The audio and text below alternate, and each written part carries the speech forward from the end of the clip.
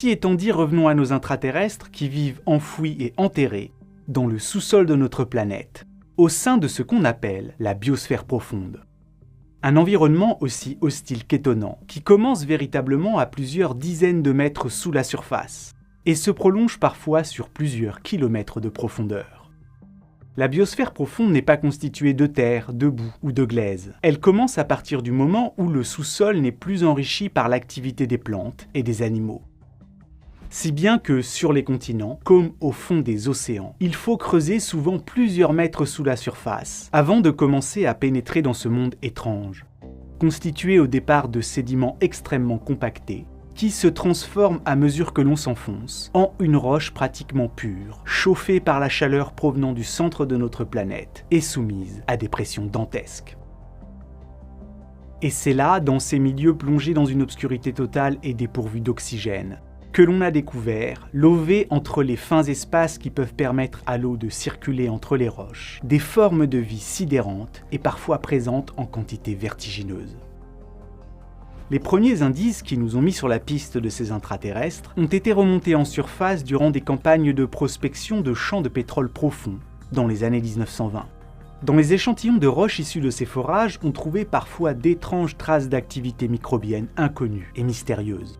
Mais la plupart des scientifiques, qui pensaient alors qu'il est impossible à la vie de s'épanouir aussi profondément sous terre, sont restés sceptiques, considérant que ces échantillons avaient dû être contaminés pendant leur remontée.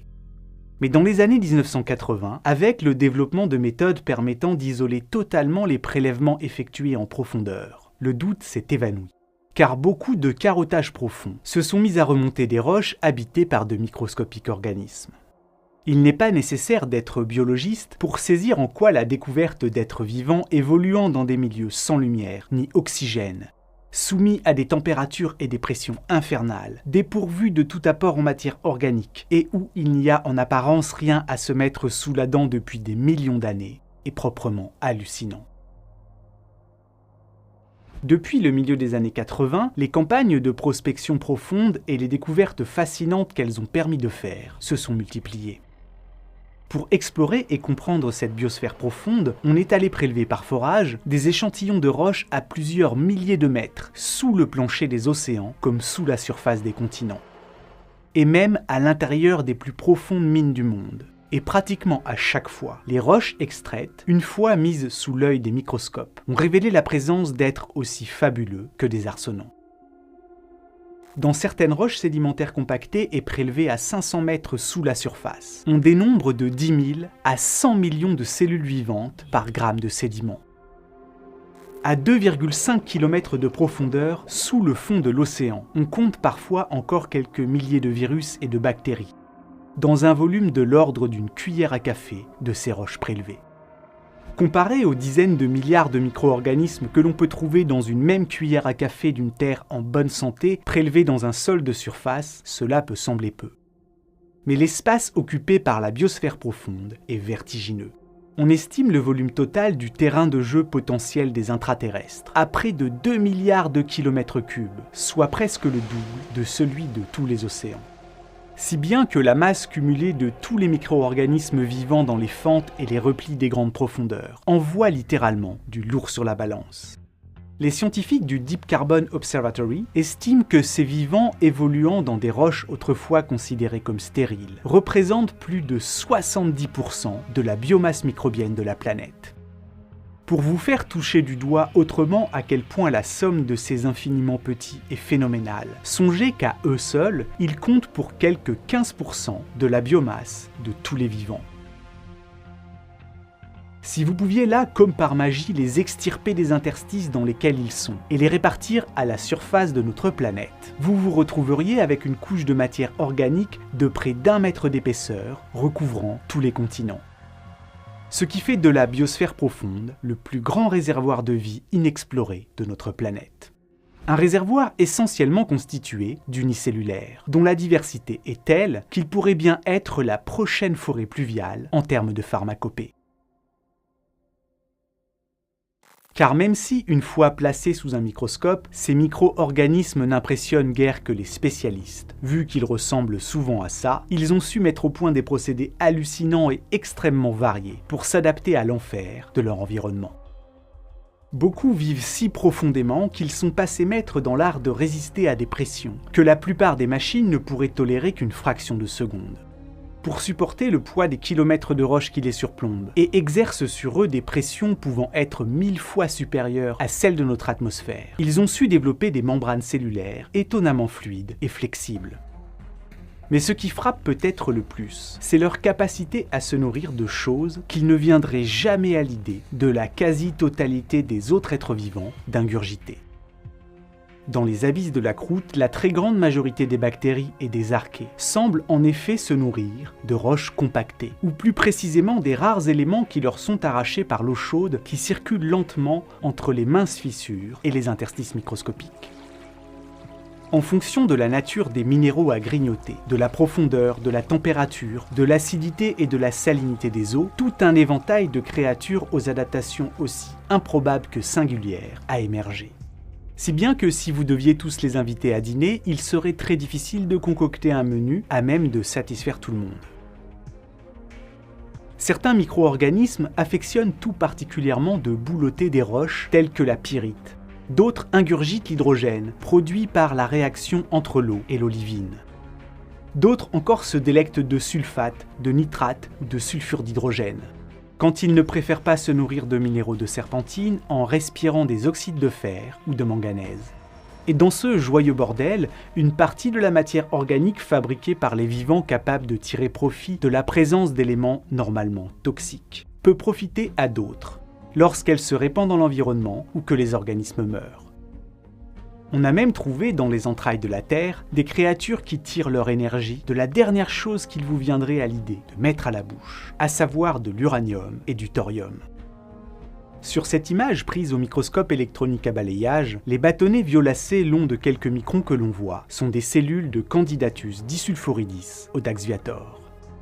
Cette espèce de bactérie, qui possède un nom à faire pâlir de jalousie Terminator, a été trouvée dans une mine d'or sud-africaine, à 2,8 km sous la surface, en train de barboter dans une eau alcaline, chauffée à 60 degrés, qui diffuse dans les anfractuosités de roches, riches en éléments radioactifs. Candidatus disulphoridis Audax viator ne se nourrit pas directement d'uranium et de thorium, mais passe toute son existence à proximité, absorbant goulûment les éléments formés par les désintégrations radioactives qui ont lieu constamment dans son environnement. Bref, si c'est vous qui êtes invité à dîner par un intraterrestre, abstenez-vous d'y aller, car vous êtes une espèce du dessus, un être de lumière, et ingérer ne serait-ce qu'une petite cuillère de la quasi-totalité des substances qu'ils affectionnent vous ferait instantanément regretter d'être né. Même si la plupart des organismes remontés de la biosphère profonde sont des unicellulaires, on tombe exceptionnellement parfois sur des multicellulaires, comme des champignons, et même exceptionnellement sur des animaux, tels que l'étrange spécimen que vous voyez à l'écran. Dans la mine d'or de Kopanang, en Afrique du Sud, on a même trouvé, à 1400 mètres de profondeur, des vers nématodes, qui bien qu'ils ne fassent que quelques millimètres de long, sont les géants de la croûte terrestre, les plus grandes créatures que l'on ait jusqu'ici trouvées à plus d'1 kilomètre sous la surface.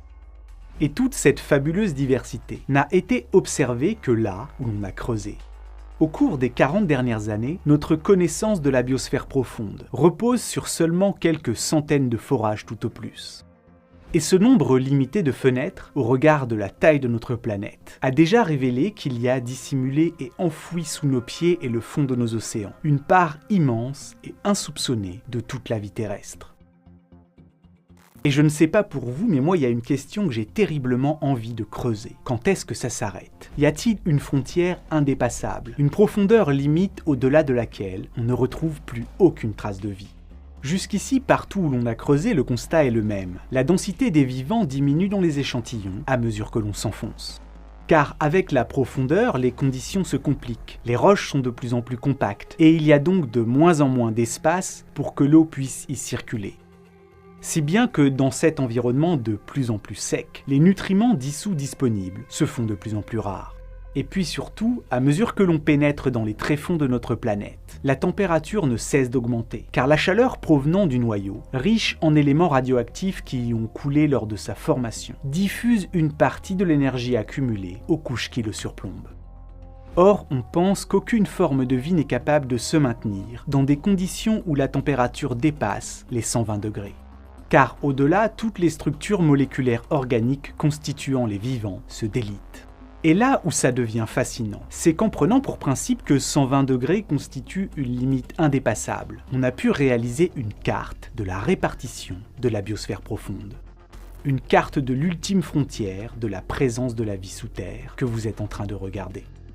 Sur celle-ci, vous pouvez voir que la vie est présente jusqu'à des profondeurs plus importantes sous les continents que sous les océans. La cause en est qu'en s'enfonçant sous terre, la température augmente en moyenne d'une 50aine de degrés par kilomètre parcouru sous le plancher des océans, alors qu'elle ne prend que 25 degrés par kilomètre dans la croûte continentale. Cette différence vient du fait que les croûtes océaniques ne font que 6 à 7 km d'épaisseur, contre 30 à 70 pour celles qui constituent les continents. Bien plus fines et constituées de roches basaltiques, les croûtes océaniques conduisent plus efficacement la chaleur et diffusent donc de manière plus performante l'énergie remontant depuis les très grandes profondeurs. Les zones de la carte dont la couleur tire vers le blanc et le bleu correspondent aux régions les plus vieilles de la surface de notre planète. Stables depuis des centaines de millions d'années, elles ont eu le temps de se refroidir, et vu qu'à leur niveau les températures prennent parfois moins de 10 degrés par kilomètre, c'est là que vous pouvez espérer trouver des vivants enfouis jusqu'à près de 10 000 mètres de profondeur.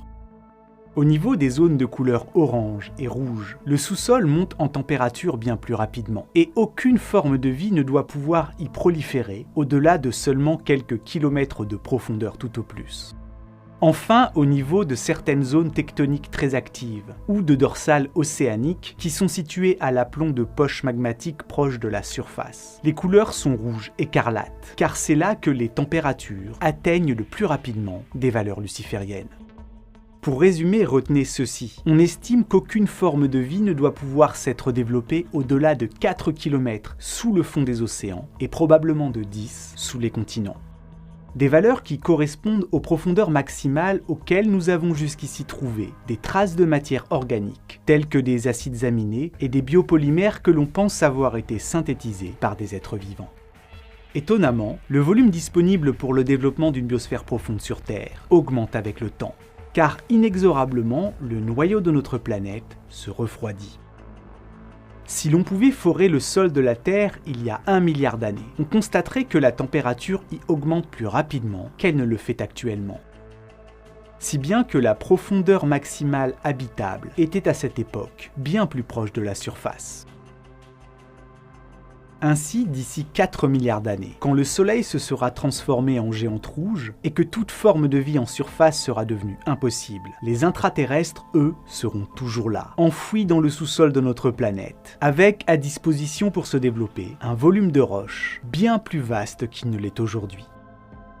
Ces formes de vie devraient d'ailleurs être les dernières à disparaître, à être carbonisées par la chaleur du Soleil. Et puis, au-delà de leur résistance et de leur diversité, ce qui impressionne chez les intraterrestres, c'est leur lenteur et leur longévité. Beaucoup des micro-organismes des grandes profondeurs sont très différents de leurs cousins de surface, en ce sens que leur métabolisme s'est extrêmement ralenti, au point de sembler parfois être passé en pause. On a pu constater que dans les premières dizaines de mètres en dessous de la surface, les rythmes de vie cellulaire diminuent de 2 à 3 ordres de grandeur. Et ce ralentissement des vivants, qui est l'une des clés pour parvenir à survivre dans ces environnements, ne cesse de se confirmer à mesure que l'on descend.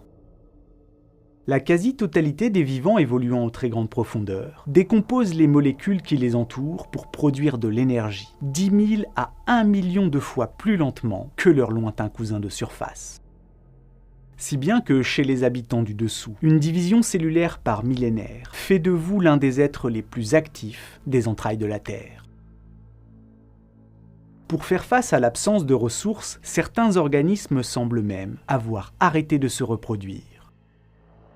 Passés en mode vie minimale, ils se contentent de se maintenir en réparant leurs parties endommagées à une paresseuse vitesse géologique. Encore plus étonnant, dans certains échantillons de sol profond, on a trouvé des cellules en sommeil.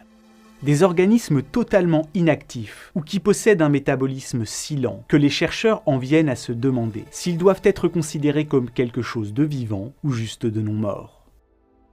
À l'image d'une graine en attente de germer, ces intraterrestres-là semblent patienter que les conditions s'améliorent pour se réactiver.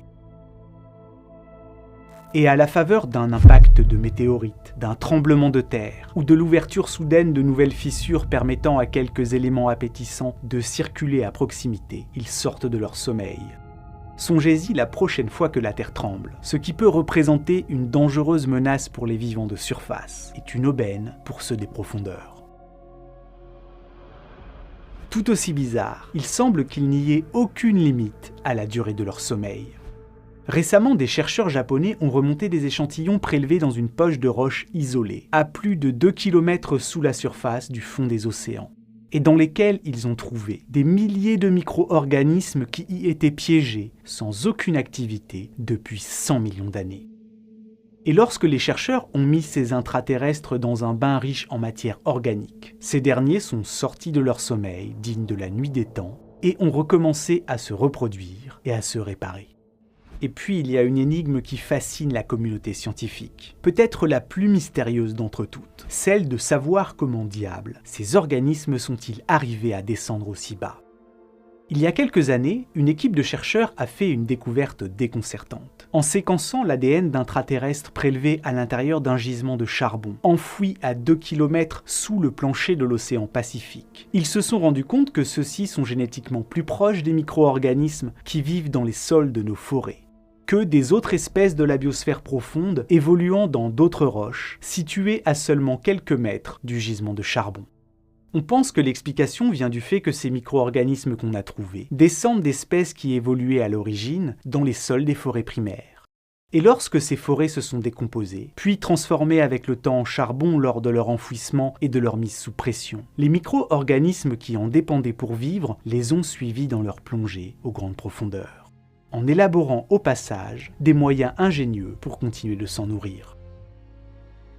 Même si le mystère de l'origine des intraterrestres que l'on a trouvés dans des gisements de charbon ou d'hydrocarbures profonds semble avoir été percé, dans la quasi-totalité des autres cas, on ne sait pas comment des vivants ont pu arriver jusque-là. Certaines découvertes semblent même ne faire aucun sens. On a par exemple débusqué des micro-organismes étrangement similaires dans 3 sites géologiques profonds éparpillés de part et d'autre de la planète. L'un se trouvant au milieu de l'Atlantique, l'autre dans l'océan Indien et le dernier en Nouvelle-Calédonie. Et l'on peine à comprendre comment des êtres vivants partageant autant de points communs ont pu émerger dans des couches profondes, distantes les unes des autres, de plusieurs milliers de kilomètres. Certains intraterrestres peuvent-ils exceptionnellement se faire transporter par le courant, ou circulent-ils uniquement en suivant le lent mouvement de l'eau qui diffuse péniblement dans le sous-sol? On ne sait pas. De manière générale, pour expliquer l'origine première des intraterrestres, 2 hypothèses s'affrontent. La première envisage que ces organismes profonds descendent tous d'êtres vivants de surface, et qu'ils ont, au cours des milliards d'années d'existence de la vie sur notre planète, colonisé les entrailles de la Terre en suivant le lent mouvement de l'eau qui parvient à s'y infiltrer. La seconde, plus audacieuse, plus décriée, nous dit qu'ils sont peut-être là parce qu'ils y ont pratiquement toujours été.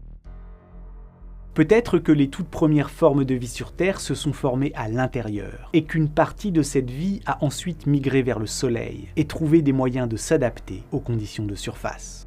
Quelle que soit la bonne réponse, la découverte de ces êtres singuliers est venue ajouter de nouvelles branches et ramifications au grand arbre de la vie. Des branches qui existent sur Terre depuis des milliards d'années, et que l'on n'avait jusqu'à très récemment jamais remarquées.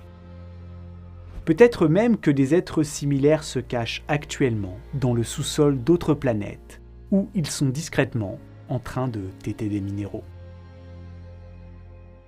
La prochaine fois que vous entendez quelqu'un vous dire qu'il n'y a plus rien d'hallucinant à découvrir sur Terre, rappelez-lui qu'en dessous, il existe un royaume plus vaste que celui de la surface, et peuplé d'êtres minuscules que nous n'avons qu'à peine effleurés. Et dans la foulée, offrez-lui une truelle, ou mieux, une plateforme de forage.